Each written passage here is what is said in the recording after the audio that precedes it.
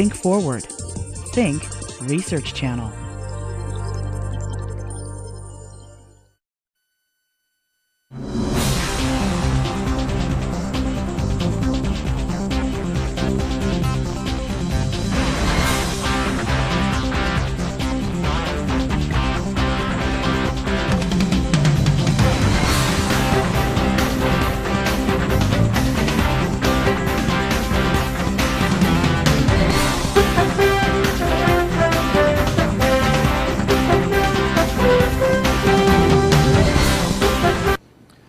Well, the sun is shining, the sky is clear, the wind is blowing. It is a great day for a disaster. So Bring It Home is bringing home to you Disaster City, located in College Station, Texas, on the campus of Texas A&M University. And we're being joined by the Director of Disaster City and the Director of Texas Task Force 1, Bob McKee. Bob, thanks for hosting us. Welcome. What are we going to see today? You're going to see dozens of training scenarios, exercise facilities in a 52-acre fun house. Disaster City is one of the best places in the world to train and exercise. It's for both individual training and collective training. You bet. Responders can come in as individuals, or they can bring their entire jurisdictions in with them. Well, let's get in the car and go see. Let's do it. So Bob, what are we doing here at this location? This is our technical skills training area, and right here we do lifting and moving, where we teach the students how to lift and move and position the concrete and the heavy objects away from victims in a time of a disaster. This thing's got to weigh a ton out here. What do they use to lift and move it? They'll lift by hand. So they'll use wood, lumber, airbags. They're using wood and lumber to lift these cement and metal things one off top of the other one? In a disaster, you can't bring cranes in quickly. So you've got to be able to do as the ancient ancestors did, move these things by hand. So is it a matter of leverage? Is this about using pry bars and wood underneath? Got to get a concrete beam off a school bus and that sort of thing? It's all basic physics and understanding that the tools that we have available to us are a lot more diverse. Now what are we coming up on here right to the right? This looks like a bunch of concrete tunnels here. This is our breaching and breaking area. We have to get through the concrete to get in to rescue people in an earthquake scenario in a reinforced concrete. So whether we breach the concrete, break the concrete, cut the concrete, we've got to get in and through that area. What in the world would I use to cut that kind of concrete? We can use pneumatic, hydraulic, different tools. Many of the tools that you see working on the highway on a daily basis, the saws, all of those are available to us. Now, you got to cut through the concrete rebar? Yes, we've got rebar cutters, so once we get through the concrete, we'll cut through the rebar, we'll make a triangular shape, and we'll be able to get into that confined space. Looks to me like some of those guys are inside that space. Yes, they'll actually work into that space, they'll monitor the space for safety, they'll assess victims, and they'll remove the victims. So you're talking about the whole fire gear, face mat, everything else in the dark filled with smoke with a concrete saw, trying to cut it upside down, Absolutely, huh? absolutely. It's quite a task. What about the walls I see up here? This thing is not built square. One of the other important things is exterior shoring. We have to be able to shore up to hold up either the building on the outside or the inside, and so we do a lot of shoring work to make sure that, again, both the victims and the rescuers are safe. It's built so if the wall is leaning, people know how to hold it up. Don't we use something more modern and high tech than wood? I see a lot of wood around here. Wood is the best, most plentiful resource for us in the U.S. Some places across the world it's not the case, and they would use pneumatic shoring. But we teach the students both here at Disaster City so that they're equipped with all the tools. Because in a hurricane or something else, wood is always available. You look at the site and you pick up what you can first. Let's go on. Bob, tell me about this area we're coming up on here. It looks like a bunch of buildings. Well, we're in Disaster City, and in these buildings in particular allow us to train in different scenarios. The building that's coming up is a single-family dwelling. It's got a basement, all of the things that we'd find in a home, so it's very realistic to find people there. It looks like a collapsed roof, awnings on top, and then what are all these cutouts I see on the side of the building here? The cutouts are the areas where we're able to breach and break through the concrete to enter a building. Again, an earthquake scenario, for instance, we've got to be able to get in. So those are replaceable panels. So this is how you practice getting through without having to rebuild your building every time. Exactly, exactly. This roof looks like it's collapsed here. Yes, this roof is collapsed. It's a business structure. So underneath there, we've got to shore that up. We've got to hold that up to make sure that the victims aren't further injured or our rescuers are safe. I know on the back side of it, you got a bunch of pillars, and so they're having to crawl in amongst those pillars to find people. Pretty dusty, and that's dangerous just in itself, isn't it? It is. It's dangerous, and it's also time-consuming. One of the things that the students learn very quickly is when you're doing search and rescue, it's very time-consuming. So we're talking about hours and days, not minutes and seconds. And how about those symbols I saw painted on windows? Those are search markings that we use. So that would indicate our first pass search, would tell the next crew what we found initially, and then follow on so we knew where the victims were, where the deceased were, and where any hazards might be located. Bob, we've turned around so we're on the other side of the street now, and we can see what looks like a strip mall. What am I looking at here? You're looking at what we see in every town in America. Strip malls, stores. In this case, the roof lines are collapsed in different configurations. The windows can blow out so we can shore it up. A lot of different scenarios can come to unfold here. Now, this looks on this side like there are some entryways that might go underneath. Is there something underneath this? This one we're able to go across and through, so we can have a dynamic challenge that continues. So from side to side, you can go Yes. through the walls, for example. Yes. Do you do anything in any training about basements? The basements are in our single-family dwelling, and we're able to go underground, and then we actually can cut from the roof down. And what kind of things do you train for when you go to those basements? What we train for is knowing that there's a victim there, and how we break that concrete is very different. And what kind of equipment would you use, for example, when you get in that basement? And that's going to be very equipment intensive. We're going to cut that concrete. We're going to have a tripod to hold the concrete from falling, and we're actually going to lift it out, so then we can lower rescuers and lift victims. Can you listen in there? Yes, you can listen. We can put cameras in. We can use many different devices to find out what in fact is there. What am I seeing on the right-hand side here that looks like where you guys throw your spare wood? This is one of our 3 rubble piles. This is a wood rubble pile. This is what a hurricane, a tornado, or a typical disaster looks like. Actually, it looks like all the footage that I saw that came out of the recent Hurricane Ike. Let's turn right here and see what's on the back side of this. What in the world do you train for here besides picking up wood? What we're training for here is obviously the reinforced concrete collapse is a specific event to an earthquake.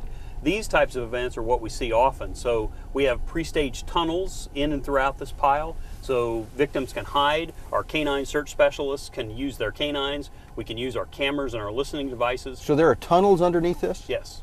And when you say victims, you have people that play living people and not living people? We have an incredible volunteer program. It's part of Texas A&M, and we're able to bring in volunteers that give their time, hide for the dogs, and the dogs are actually scenting on real live people. This would be pretty tough for me to cross. The dogs find this challenging? They learn how to work through it. It's got the same nails. In the morning, it's got the moisture. It's real, and a lot of the wood comes from our training props, but again, that's what we encounter in a real disaster. Okay, just a second. We're going to pull up and see what's ahead of us.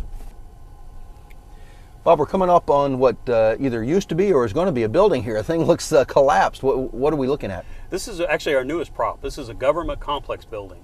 And in and throughout this building are many different challenges, to include a rubble pile behind it, collapsed heating, air conditioning systems, electric systems inside, as well as a hanging slab and a parking garage. So it looks to me like you can practice going right through the cement here?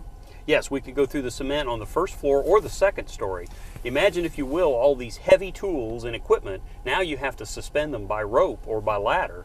It's a new and unique challenge. Bob, as I look at the holes, I've seen several holes here in the cement. They all look triangular. Is that an accident or on purpose? Actually, that's a good question. A lot of our school groups ask that question. That's the most geometrically sufficient space to get someone in and out. Oh, so you use a stretcher and so forth? Yes. Well, I'm glad to know I'm as smart as a 5th grader.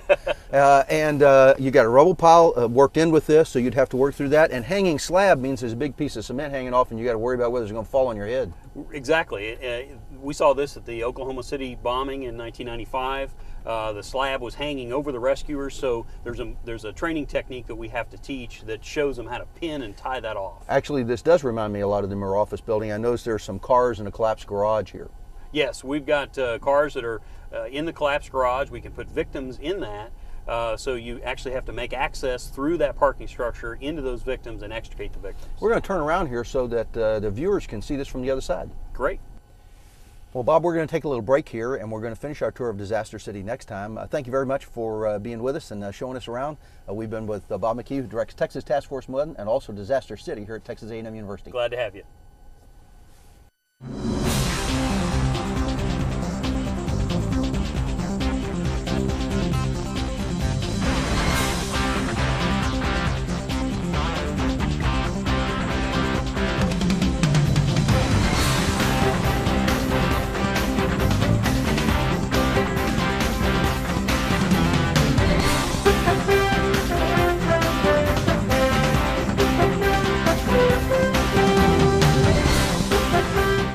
we're back on Bring It Home, where we take the concepts of Homeland Security and national security and bring them home to you.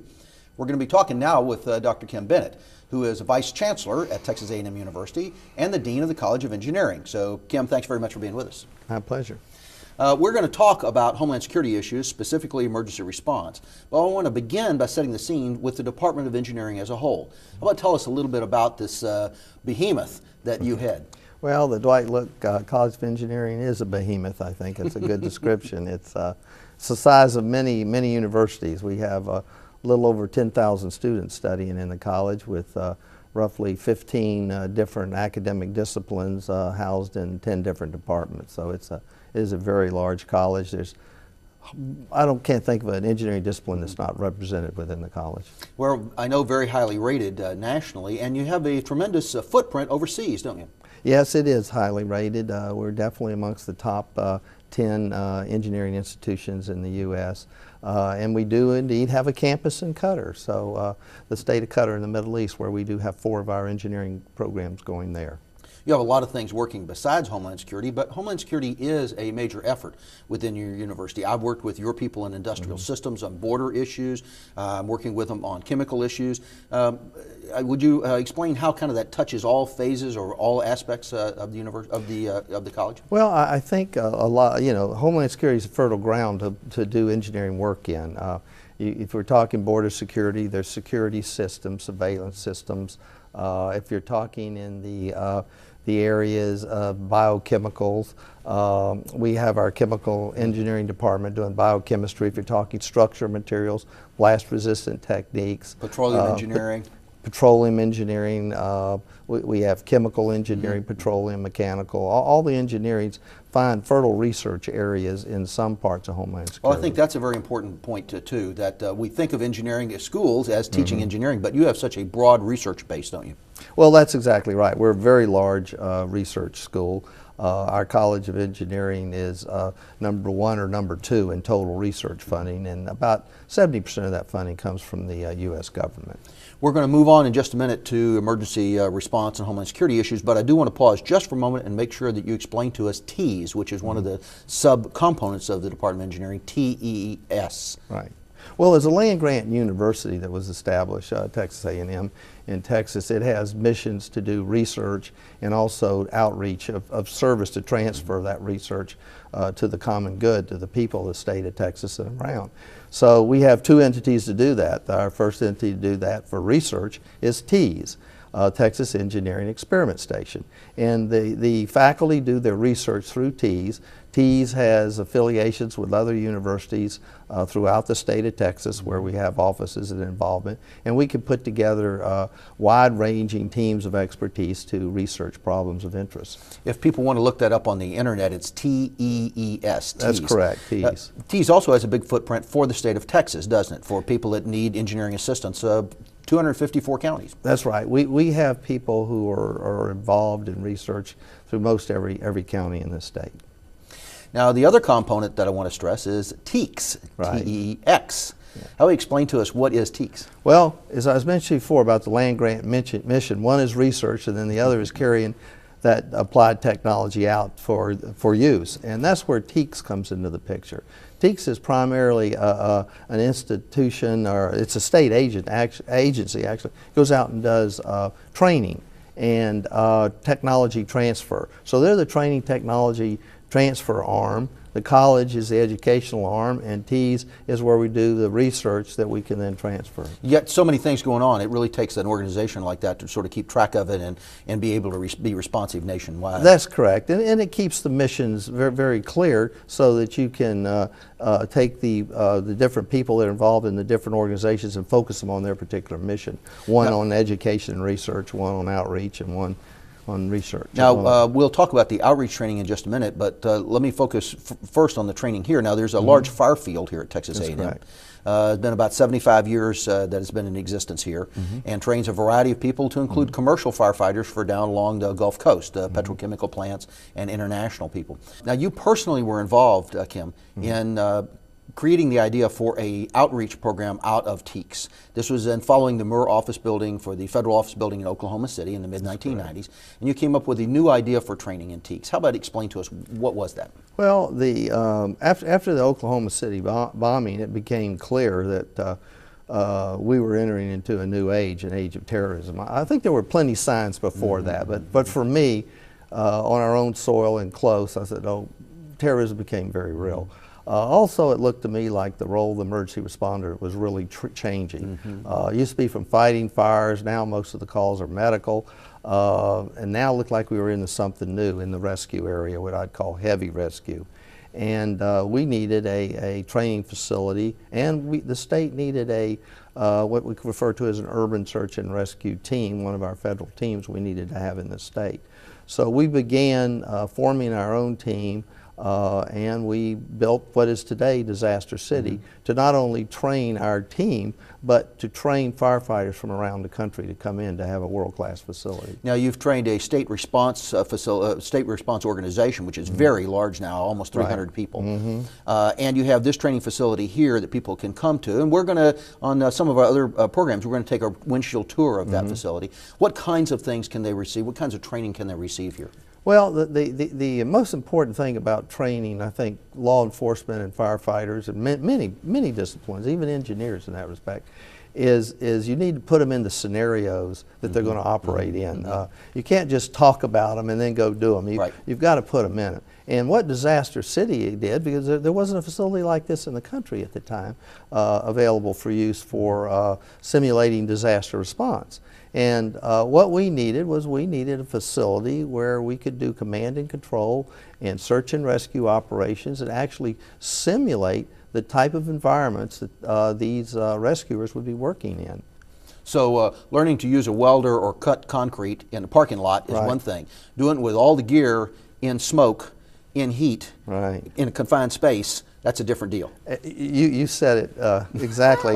You were talking, I'm thinking, yes, once you get in a pipe or enclosed space and you have to work with the equipment in there, then not all equipment works the same. And so the facility has also become a facility where we can test new types of equipment and actually do some research on that to improve how we do business. So you've brought thousands of people through this facility to train here, and you do flyaway teams that train thousands across the United States as well. That's correct. We have people on the road, seems like every week, providing training and teams coming in here, not only from the U.S., from all over the world. We have people coming in. We train the London, excuse me, London Fire Brigade is people come in and train here. People from all over the world have actually come in for training. Kim, we have only about 30 seconds left. Where do you think we go from here? We're training 70, 80,000 people a year, but we can't begin to meet the need. What happens next? Well, this is the old concept of train the trainer. We're hoping what people come in here and learn, they'll take back and continue that training. That's number one. Number two is we want to move beyond the training aspects, and that's where we're doing now. We're marrying it more with the researchers that we have in the College of Engineering and TEES, and starting to look at how we can do things better through technology. We've been talking with Dr. Kemble Bennett, who is Vice Chancellor for Texas A&M and the Dean of the College of Engineering. Hope you enjoyed this, and you'll join us for more on Bring It Home.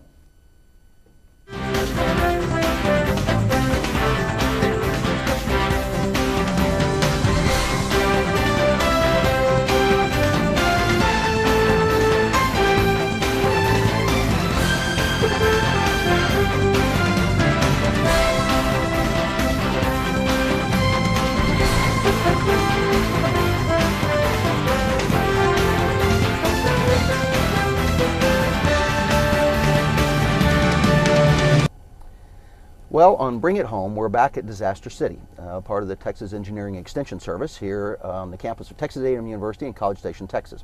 And we're talking with Bob McKee, who's the director of this institution and also the director of Texas Task Force 1. Bob, thanks for being with us. You bet. Tell us very briefly, what is Texas Task Force 1? Texas Task Force 1 is a highly trained group of men, women, and canines that respond across the state of Texas as needed for search and rescue, and one of 28 FEMA credentialed teams that can respond nationally. Now, about how many people in that program? We have about 491 rostered members at this point in time. Wow. The team has continued to grow as we've seen the very busy hurricane season. We've needed to augment our resources. Now, not all of them are on call at one time. How does that work? We have 3 teams that rotate each month that are first up, and then when we have the big disasters, we do have to call into those other rosters. Like Katrina or Galveston or something like that? Yes, yes. Okay, well, they train out of here? Yes, with Texas Task Force 1, this is our home training base. So we will train both our people as well as our canines. And you train lots of other responders here, about how many a year? We train several thousand a year. TEEX trains 221,000, I believe, were last year's figures, all across the United States. And again, the opportunity to come here at a very unique facility is something that most responders desire. Now, last time that we visited you, we looked at individual skills and some rubble piles made out of boards and lumber and so forth. Tell us what we've got in the background right here, and what kind of training would you get off of a prop like this? This prop is actually many different training scenarios in one. It's a government complex building. It's got exposed columns. It's got collapsed parking garage. It's got a collapsed rear section that goes right out into a rubble pile. So these scenarios can be brought together in either an exercise or a training. Now, I see a rubble pile here. It looks like there's a hole in it down here. What do you do with this? In and throughout any of our rubble piles, we have tunnels that we've pre-engineered that are hides. So our victims can go in and hide. So we use real live victims so that the canines are scenting on real people. Or your responders, your rescuers. Exactly. And then I assume you make them up. Some will be injured, some will not be injured, and so forth. We'll moulage them up. They'll have bleeding parts. They'll have broken bones. And again, that's important. Bob, I got to tell you that from one side, this looks a lot kind of like the Moore office building in Oklahoma City. Was that on purpose? It was, in part. The hanging slab that we saw in Murrow building was a very challenging event for the responders that were there. That's on the back side here. There's a big piece of concrete that used to be a floor that's hanging down, and Yes. they have to, what, prop that up while they get to people underneath? They have to actually pin that, tie it off so that it won't fall. I see. And then on the side up here, it looks to me like there's some holes in the wall that have been cut. Yes, we cut through. We can cut through the concrete with pneumatic tools, with hydraulic tools, and any way we can get through that building, we will do that. It's pretty remarkable, and I'm sure it's pretty tiring out here in the summer sun. It gets warm. Okay, let's see what else is on our tour up ahead.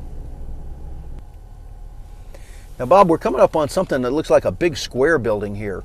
I can see some cutouts where I assume your people practice getting through it. What is this? What are we simulating? This is a theater complex building. What that does for us is it has a wide open space that we can put a lot of victims, 100 or 200 victims in, and simulate a mass casualty event. Will you get that many, volunteers? Absolutely. Volunteers typically line up for us. Again, that's one of the great benefits of being here at Texas A&M. So what's different about a rescue where you've got 150 people in there versus we looked before at a collapsed house where maybe there are 5, 6, 8 victims? A mass casualty is defined as any more than 2 victims, 2 or more victims. Imagine, if you will, being that first police officer or that first firefighter pulling up and seeing 100 people come at you. You've got to triage them. You've got to somehow take care of those people. What do you mean by triage? Identify what type of injuries they have. What type of care they need. So we have a classification system that those people all fall into, and that has to be done quite rapidly. Does that mean, for instance, who has the most pressing need, who has to be evacuated first, who can wait? Is that the sort of decision you make? That's correct. What medical treatment they need, but also, are they contaminated in any way? Have they been contaminated by a chemical or biological agent? And then we would have They might have to be decontamination. Yes. Bob, I know this one's really tough, but I understand that on some scenes where you have a large number of people injured like this, there aren't enough facilities to evacuate everybody at once. Sometimes if people are very badly injured, they might just have to wait because there's not anything you can do for them. Is that something that you actually train your responders to deal with? Those are some of the very difficult decisions that responders make, is who and when, and to understand that there's a prioritization is difficult to train, but we try to build that into all of the training that we do and all the training that responders have over their years of service. Making it as realistic as you can. And here they can put it into practice. When I say making it realistic, do you have any of your people that have actually had to deal with these things that come back and talk to you about that fact? We do. We've had a number of scenarios, and our own people within Texas Task Force 1, again, they're real world responders, so they're using these skills in the real world. You got a couple of really unique props up ahead. Let's pull up and take a look. Bob, it looks like we're coming up on a rail yard here. You've got a bunch of train cars, and some of them look like they're in pretty bad shape. What are we learning to do here? We've got both a freight train and a passenger train. Those those have unique challenges from the rescue standpoint as well as the scene safety and security standpoint of taking care of what is secondary to the wreck. Boy, till I pull up here and stop, I didn't realize how many different kinds of tank cars there are, but I guess that's because you carry so many different types of chemicals. That's correct. The transportation industry on a daily basis is moving a lot of things, and our emergency responders know what types of cars carry what and what types of chemicals. How are they going to know what's inside those things? There's a marking system that each of our responders are trained to, so they know what to look for at a distance and how to track that back. Now here's a prop I wouldn't expect to see. Did you guys build a train? How'd you get a train in here? Amtrak donated the train that you see, and it's a passenger train. We're able to use it for, again, that mass casualty circumstance that we can put a lot of people in there, but also, again, just the uniqueness of how it's positioned and the shoring that's required. Coming around to the corner here, was this actually a train that was in service? This train actually did crash several years ago, and Amtrak offered it up to Disaster City. And what would be some special requirements, some special needs when you start looking at a train as a rescue venue? Well, again, it's going to be full of people, so you're going to have those numbers to deal with. But harder to get to sometimes? Harder to get to. That information of where is it, how to access that. You're not going to have a road infrastructure, for instance. And then those hazards that are associated with it, the power, the fuel, and all of the associated challenges. Bob, it's got to be pretty expensive to set up an organization like this. Are there many places in the United States that have this wide range of props? There are very few places in the world that have this collection of props in the opportunity to both train and exercise. TEACS as a whole has some very unique opportunities, and that's what makes us special across the United States and the world. Bob, we're almost at the end of our tour of Disaster City. We've seen some rubble piles before. Tell me what we're looking at right here. What you're looking at this side of the rubble pile is the tunnel entrance, two tunnel entrance that we have that we can actually put people under. So you're actually kind of seeing the insides of this particular rubble pile. Now they train dogs for finding live victims and also for finding bodies, is that right? There are dogs that look for explosives, for bodies or deceased, or live find. Search and rescue focuses on live find for us. And the dogs have to train to a certain standard. Do they train on more than one type of rubble pile? How does that work? Yes, they need at least 3 rubble piles to certify. So they're always training. They're one of the hardest training responders in the search and rescue community. Yeah, well, and very much used. I know they're always part of the very first flyaway team. Yes. Well, it's been a great visit here to Disaster City on the campus of Texas A&M University. Our thanks to the folks who have hosted us here, and especially Bob McKee, who leads Disaster City and Texas Task Force 1. Bob, thanks for our visit today and for all you and your folks do to keep us safe. You bet.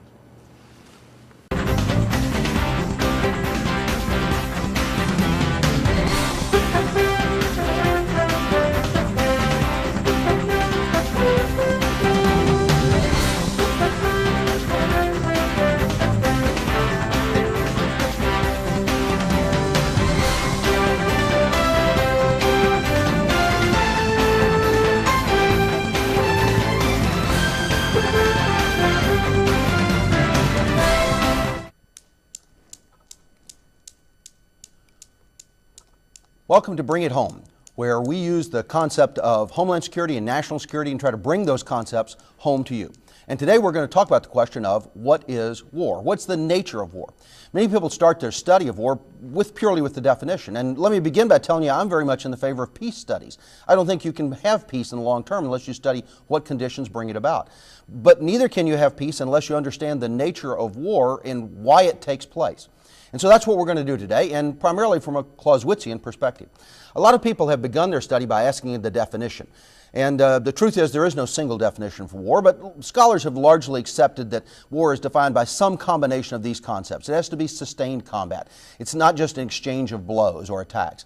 There must be some threshold of casualties. 3 or 4 people killed is a tragedy, but it isn't considered a war. Many scholars use as a threshold 1,000 casualties. How about formal hostilities? Is there a declaration of war? If not, maybe it's not war, actually it's just crime. Are you using threat or the threat of force or force itself? That's why many scholars today and many politicians don't consider what happens in cyber attacks to be war. How about the interaction of the participants? If one side attacks but the other side doesn't resist, that has happened, maybe that's not a war. Or the legal status of the participants. Was the South in the American Civil War actually a country? If not, then it was a civil war and not actually a war. You see the difference? Probably the best definition I've ever seen of war was offered at the National Defense University several years ago, where I saw this definition: war as the sustained use of armed forces between national organized groups within a nation. It could be regular or irregular forces, a series of connected battles and campaigns for vital national objectives. Not a bad definition. The problem is the definition itself doesn't tell us enough about how to wage it and how to win it. Clausewitz has suggested to us that war is very complex and not at all simplistic in nature. Clausewitz, of course, the great theorist of war, he was on the losing side through much of the wars of the Napoleonic age, sat down as the commandant of a war college in what at the time was Prussia or became Germany, and tried to think through the experiences he has had and came to these conclusions. Now, his methods of reasoning make reading Clausewitz very difficult. He will advance a thesis, and here was his concept. War is nothing but a duel on a larger scale. It's just like people fighting. And opposed to that, he said, I've experienced that's not true. In fact, maybe it's the continuation of policy. Maybe war is just policy between countries. And then he said, but that's not true either. It involves violence and bloodshed. So he found in between those a synthesis, a combination of the two, and what he called a remarkable trinity. He said war is a trinity, three parts of primordial violence, and that's where the hatred and the enmity and bloodlust and what happens when one side is killed. And chance. That's the issue of probability and the creative spirit that overcomes chance, because you can't tell what your enemy is going to do next. And finally, an instrument of policy. There is some reason, some rationality behind war. So he suggests it's these three things.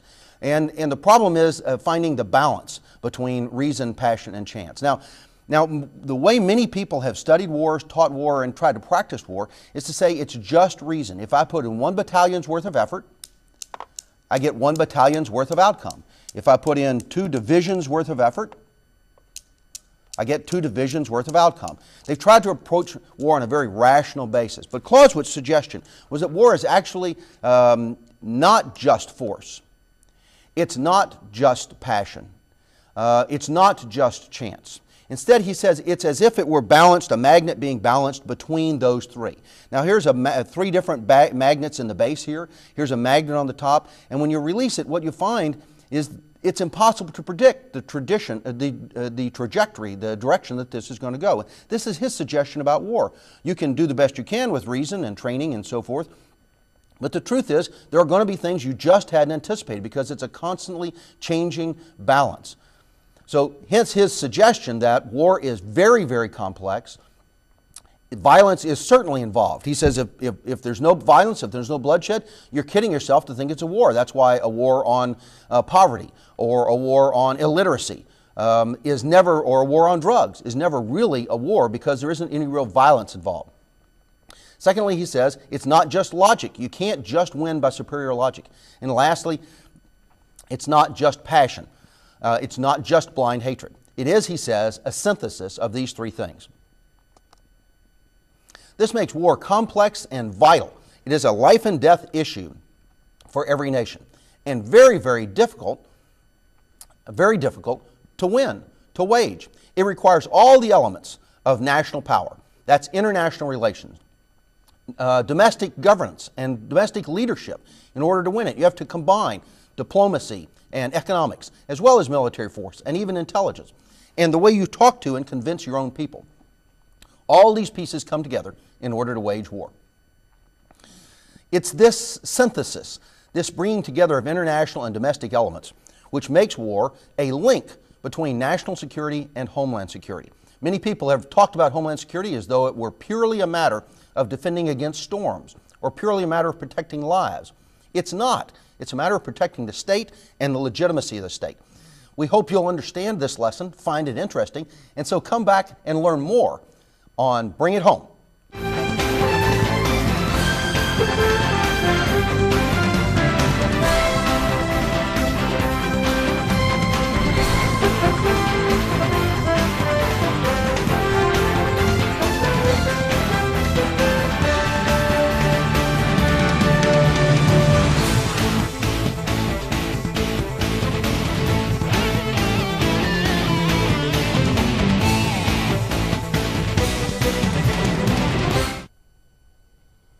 Well, once again, we're going to tell you just one thing here on Bring It Home, just one thing we learned in research this week. With me is Alyssa Stephens, the Director of Operations at the Integrative Center for Homeland Security at Texas A&M.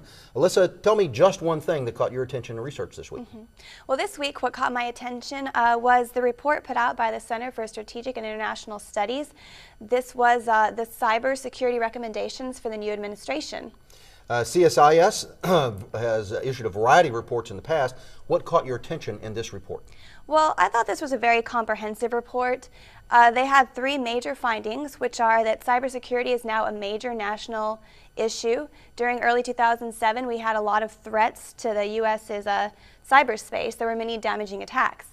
And so they compiled the actions they believe we need to take and how it's going to improve our cyberspace. You can be a threat to the nation. I mean, smuggled CDs that have been pirated, that's a threat to the nation. But a national security threat, this is the first time that we're really looking at cyber threats as a national security threat. And their argument is we really need to take this seriously. They're afraid literally of a cyber Pearl Harbor, aren't they? Right, correct. But they also said early on in the report that we've got to begin from a position of respecting privacy and civil liberties. Why do you think they put such emphasis instead of adding it on at the end? I think they want to ensure, because there will be a revamping of certain things.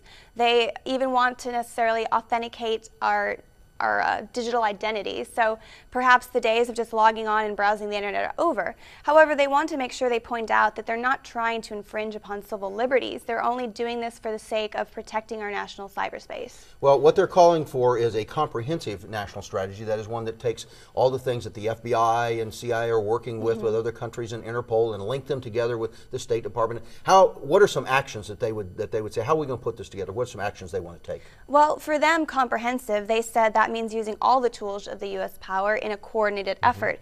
And they cite the acronym DIME, which is our diplomatic, intelligence, military, and economic, which includes law enforcement. Tell me a little more about this concept that we might have to change our authorities and we may have to let every person be identified on the web instead of being anonymous? Well, that's one of the major points is with everybody being anonymous, if they're carrying out threats to our nation's cyberspace, it's kind of hard to identify who exactly is doing this.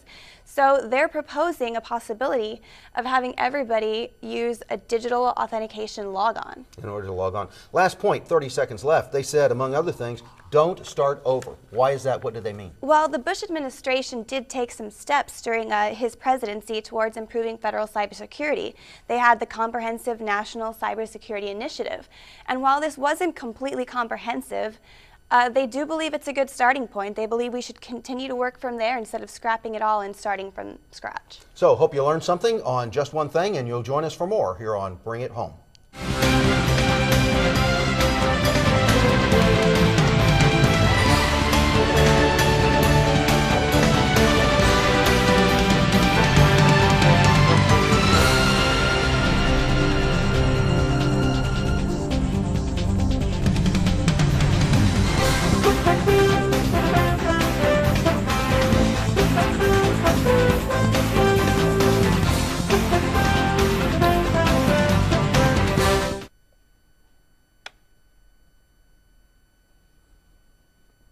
Well, welcome back to Bring It Home, where we take the concepts of Homeland Security and national security and try to bring them home to you.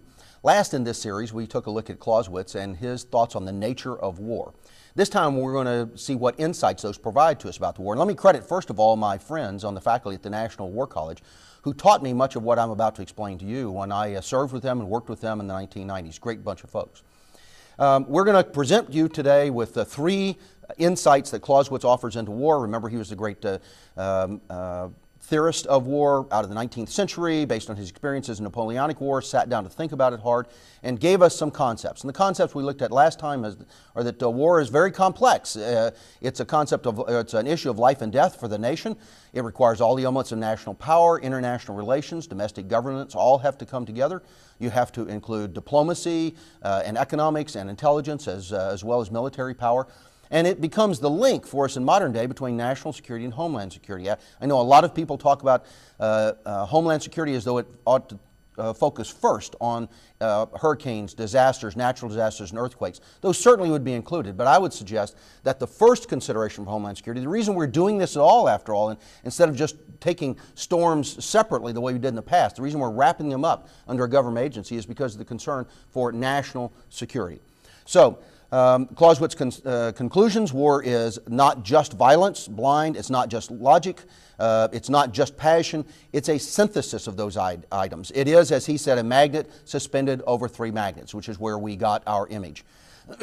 Now, here are his three insights. The first is that war is an act of force to compel the enemy. It is a matter of force. You can have wars on literacy and war on drugs and war on poverty and all these. What people are trying to do is bring passion into the bring passion to the issue. That's why they call it a war on. They want a lot of resources. But the truth is that only when violence is involved do you get the response of being able to compel the enemy to do what you want to do. There's only one means: combat. Threat and the force of threat, he argues, are the basis. And this is an interesting point. Kind people, he say, cause the worst mistakes. Why is that? Because, he says, what's important is to get the war over with, to win it. And frequently by trying to be kind in your targeting, now he's not talking about whether it be legal or not, but in being kind in your targeting, he says, you will prolong the war, and that's a mistake. The implication, and many people have rejected his teaching and said that's too bloodthirsty, but the implication that he's trying to focus on is that crossing the line into war is a big deal, and failure to understand that can be catastrophe to a nation. You should not engage in a war haphazardly or as an afterthought. His second major insight is that the tendency of war is to escalate. No matter how reasonable or rational you think you're going to be, war is an interaction between opponents, and when you do something and he responds, or he does something and you respond, this is going to lead usually to an increased use of force. People don't back down because you slap them. Many times people step forward with more force. So escalation, he says, is natural and therefore must be controlled by the government. You must make a conscious effort through diplomacy and the exercise of military leadership in order to control force. Otherwise, it will run away with you. The implication, of course, is that the enemy may escalate, you may escalate, chance takes control unless you actively control war. Don't start this and assume that it's just going to take care of itself like clockwork. And lastly, fog and friction, he said, dominate. Everything is simple, his term, but the simple is difficult. Doing this, the easiest thing turns out to be very difficult, 10,000 miles away, and unpredictable in the way it will be accomplished. The first report is always wrong. Think of the Tonkin Gulf resolution in the Vietnam War.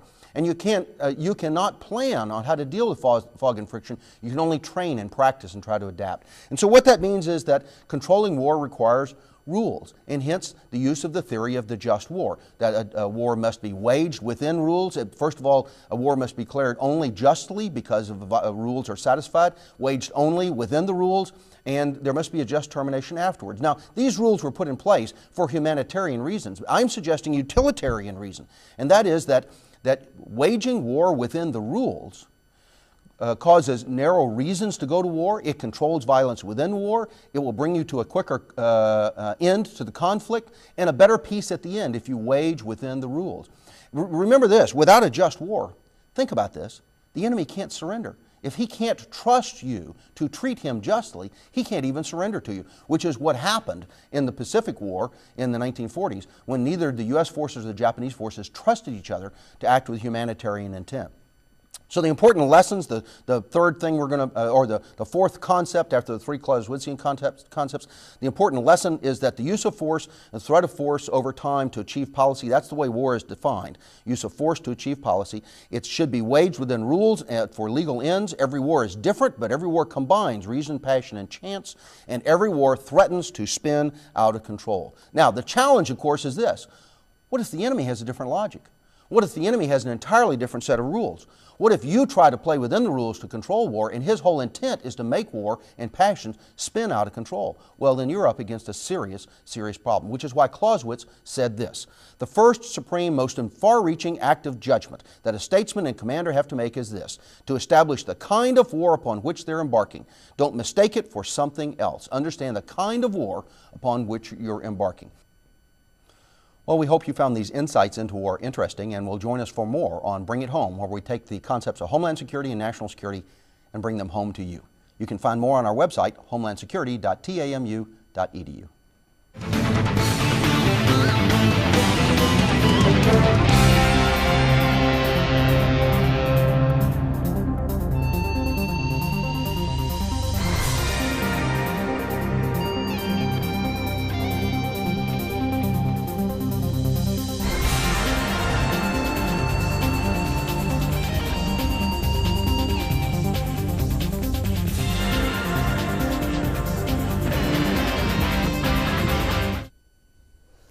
Hey, welcome to Bring It Home, where we take issues of Homeland Security and national security and try to bring them home to you. We're very pleased to have with us today Paul Hanneman, who is the Director of the Department of Incident Response at the Texas Forest Service, a part of Texas A&M University. Paul, thanks very much for being with us. Great to be here, Dave. Well, we're going to have to start by explaining to people what is the Texas Forest Service. Well, the Texas Forest Service is a very diverse agency. We're a member of the Texas A&M University system, which we were established in 1915. At that time, they put us as we're a small agency, so put it along with a land grant university here at Texas A&M. And then what is the Forest Service? We're going to talk mostly about incident response issues, but how about describe for us broadly what the Forest Service does? Great. Texas Forest Service is a statewide agency, predominantly looking at two major areas of emphasis. One, of course, is the forest development side of the house, and that's what most people think when they think Texas Forest Service. And they're involved with landowners, they're involved with various other entities that are focused towards forestry and forest products.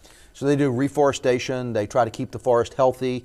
And I know some of them recently, I have some friends who are landowners, they've been focused, they've been working with the Forest Service on identifying different types of plants that take less water so they produce less dry grass to feed fires, for example. That's correct. And I mean, and we vary, you know, from having a forest in West Texas, which is totally unknown, and in fact we have a nursery in Lubbock, Texas, and as well as looking into East Texas, which is what most people think of. That's where the forests of Texas are, but predominantly it's actually statewide. And a good part of this is academic and research focused. That's correct. We have linkages to, for example, any of the agricultural side of Texas A&M University and the other universities within the A&M University system in that arena. And then how much of the state do you cover? I mean, it's a big place, 900 miles by 1,100 miles, 254 counties.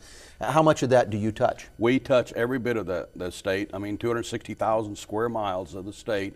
And we have linkages to every county, not near the extent with the few people that we have. We're looking at around 370 personnel, so we don't have somebody in every county, but we have linkages to every county. So they can reach back to you? That's correct. Now, you don't do just operations. There's an academic component to this as well. In fact, you're the department head of an academic department. Well, that's correct. As part of being part of the A&M University system, we have a department within our agency. We have numerous department heads looking at different arenas. A variety of students? Well, the student part of it is, again, a lot of it's adult education piece that we look at, and providing that assistance out here in differing areas that we provide. And typically, like we say, landowners is a good example of that when we're looking at the forestry and the forest development part of it. But then we also look at the protection side, which is the other department that we have, and they look at the firefighters and emergency responders throughout the state of Texas. Well, let's talk about the emergency response and the protection aspect of this for a minute, because, of course, this program focuses on Homeland Security, national security issues, and this is a key critical part of the Homeland Security response for the state of Texas. Right. So how about explain to me what you do in the field of incident response? Okay, be happy to. A couple of things. First off, we are an agency that is part of the Governor's Division of Emergency Management as far as their response entities or agencies. And again, there's like 30 some odd departments or agencies on that Governor's Division of Emergency Management that are focused at whatever the needs are within the state. And typically we're always looking at what disasters are, and there's, you know, a multitude of them that you've definitely covered in your... We're going to get somebody on another program to come talk to us from the DEM, because a lot of people don't understand the enormous reach that the Director of Emergency Management has across the state and the huge resources they have available. Now, explain to us how you fit into that. What is it precisely that you provide? Well, we provide, number one, is we are the lead agency for fire in the state of Texas.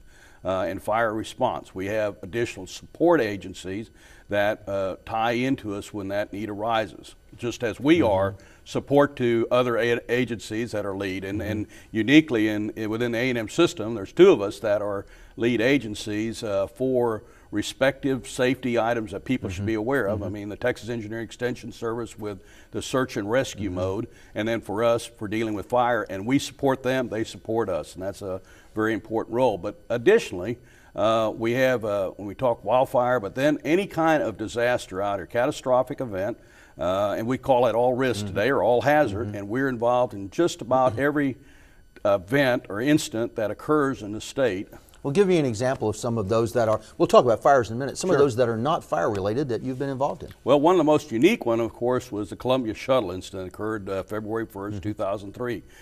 We were called upon by the Governor's Division of Emergency Management to go set up incident command in result of that. And again, the uniqueness to the Columbia Shuttle was it was a federal incident that was being managed by state and assisting the feds in managing the incident, which is very unique. Typically covered a huge swath of ground, didn't absolutely. It covered, basically from one side of the state all the way to the other. For example, pieces were found in Levelland, Texas, all the way down across the border in Toledo Bend in Louisiana. And you were trying to recover parts. That was important to figure out what happened. You were looking for the recovery of remains for the astronauts and their families. And there were also safety issues because a number of those things are just not something we want in the environment or we want people picking up or playing with. That's correct. And one of the important parts that we learn in the incident management world is developing what those objectives are. And you've covered most of them in regards to public safety and as well as responder safety is number one. The second one, of course, was the importance that we as Americans recover our remains, and that was a very important and a tragic but a gratifying to the people that were involved in that, the remains of our astronauts. And the third thing was, of course, the recovery of debris from the locations, and that was a big thing to define what exactly occurred. And then the fourth element, of course, was helping local governments get back on their feet because this was so expansive and local government had been involved in it. So that was important we did. We only have about a little more than 2 minutes left, but let's talk about fire. Wildfire is a huge issue in the state of Texas. We have thousands of cattle lost, millions of dollars damage to buildings, homes lost, and sometimes lives. Now, what do you do to help communities coordinate and respond to wildfires? Absolutely. What we do is when our responsibility is when it surpasses local government's capability, we come in and assist them in fighting these fires. Typically, I would say we probably respond to 15% of the fires in the state of Texas involving wildfire, but they cover 71% of all the acres burned. It's a huge expanse. That's correct. And the part of it, what we bring to the, as we say, to the party is the fact we have bladed equipment, dozers. We also will bring in additional dozers from out of state because we don't have sufficient enough. We also call on our partners like TxDOT and Army National Guard.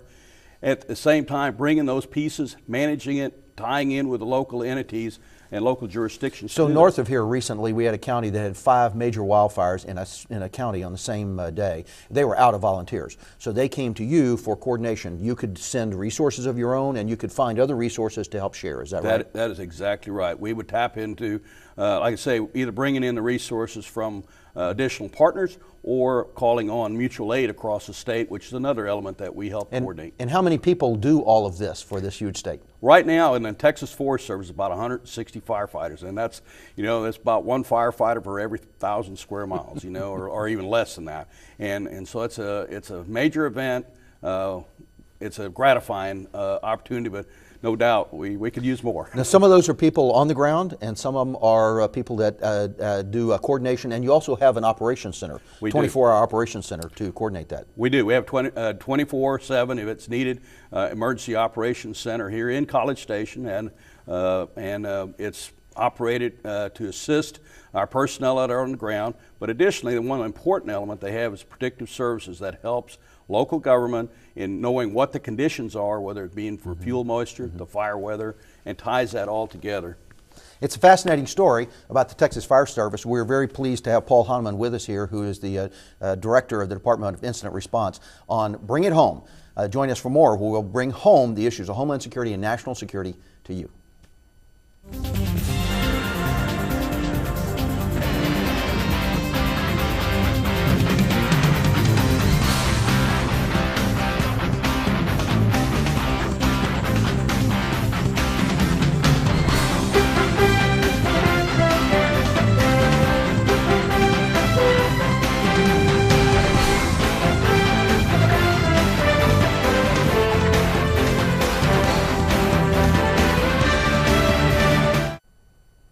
Well, it's time for Just One Thing here on Bring It Home, where we talk about just one thing that caught our attention in research this week.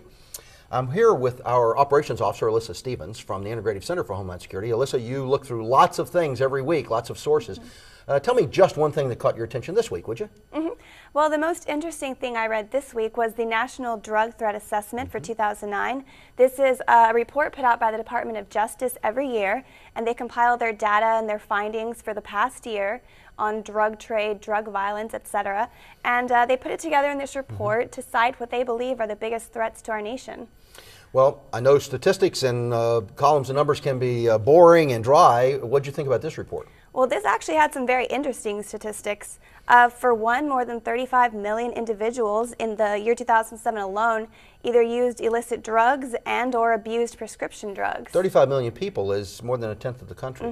Now that's a wide range between cocaine addicts and people who have misused diet drugs, but collect them all together, about 10% of the country. What other statistics got your attention? How about money? Another big one was the money. Actually, Mexican and Colombian drug trafficking organizations, and these are just two of the countries and drug trafficking organizations involved here in the drug trade. They generated, removed, and laundered between $18 and $39 billion in the past year. Huge amount of money. Now, also a huge gap in numbers, somewhere between 18 and twice that much, $40 billion. Right. Is it because it's really hard to get a handle on this? Definitely. It's the drug trade. They use the term DTO a lot in this report. What does that mean? What does that stand for? Well, DTOs are drug trafficking organizations, and basically there are many countries involved here in the drug trade. Everything from smuggling to setting up to making contacts, distribution, laundering money. And these organizations are highly effective, highly organized criminal, very integrated enterprises. So this is not one or two or a few smugglers here or there, or even what we see on television, you know, a small town. These are big organizations. Yes, definitely. And source of the drugs primarily was from where? The source of the drugs primarily was, well, it depended on the drugs. Mexico typically was our biggest threat. They were overall the biggest threat to here. They brought in the most drugs, especially marijuana.